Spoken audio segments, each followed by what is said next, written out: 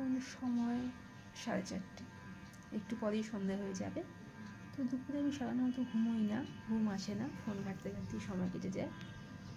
তো কালকে একটা ভালো সিনেমা দেখেছি নেটফ্লিক্সে, ধুমধাম, ভীষণই মজার সিনেমা, হাসির সিনেমা, বেশি বড় নয়, 2 ঘন্টারও নয়। সেটা আপনাদের ইচ্ছে হলে দেখতে পারেন। মানে দেখার সময় কখনো মনে হবে না, আমার ক্ষেত্রে অন্তত মনে হয়নি যে অফ করে দিই, ভালো লাগছে না, ভীষণ বোর লাগছে, একঘেয়ে লাগছে, একদমই মনে হবে না।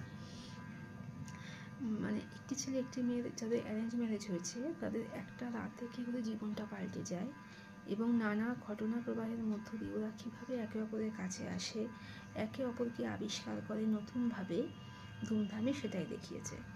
আশা করি বোর হবেন না, ভালো লাগবে। তার সাথে জি5-এ অবশ্যই মিসেস দেখুন, সানিয়া মালহোত্রা যিনি অভিনয় করেছে নাম ভূমিকায়, ওকে আমার বরাবরই খুব ভালো লাগে। ওই দাঙ্গল সিনেমা থেকেই আমার ওর অ্যাক্টিং ভালো লাগে। তো তখন অবশ্য বয়স অনেকটা কম ছিল।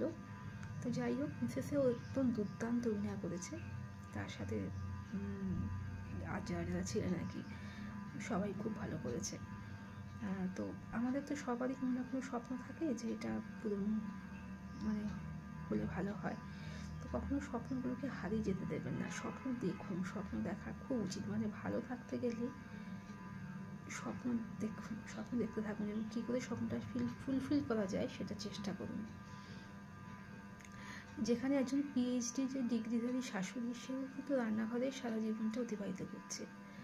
কাজেই বুঝছেন তো, শুধুমাত্র পড়াশোনা শিখলেই হবে না, তার সাথে নিজেকে স্ট্রং হতে হবে, প্রতিবাদ করতে হবে, লড়াই করতে হবে, প্রয়োজন পড়লে জায়গা ছেড়ে বেরিয়ে আসতে হবে।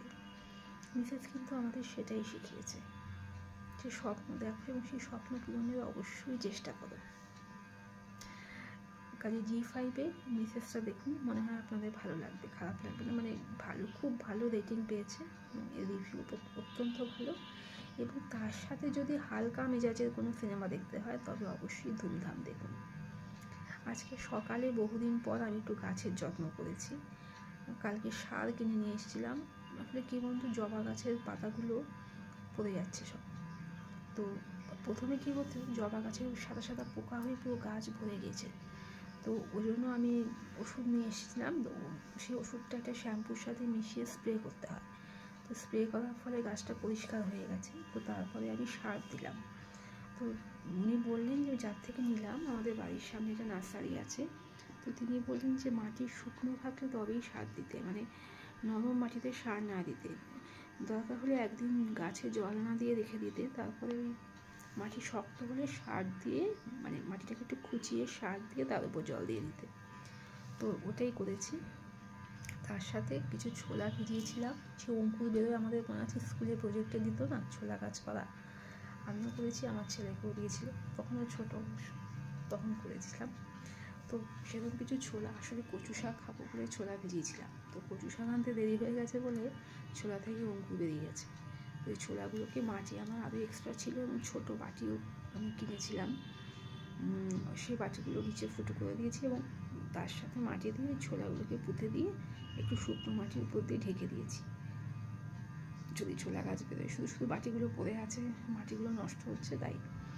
এছাড়া দুটো গাছ কিনেছি নতুন, নয়নতারা গাছ কিনেছি, একটা সাদা, একটা রানী কালার। তো সেগুলোকেও কিনে এনেছি, অত একটা কালো প্লাস্টিকের মধ্যে দেয় না, তো সেটাকে ওখান থেকে বার করে টবে পুঁতলাম। তো কালকে আমার গাছের কালেকশান আপনাদের দেখাবো, খুবই কম, যেহেতু আমার ফ্ল্যাট তো ছোটো জায়গা, বারান্দায় যতটুকু করা যায়, তো সেভাবে গাছের দেখাশোনা আমি করতে পারি না। তার ফলে মানে ছেলে পড়াশোনা নিয়ে ব্যস্ত থাকি, জন্য দেখা হয় না। তো আজকে একটু সময় পেয়ে এগুলো করেছি। তো কালকে দেখাবো গাছের কালেকশান। ভালো থাকবেন সবাই।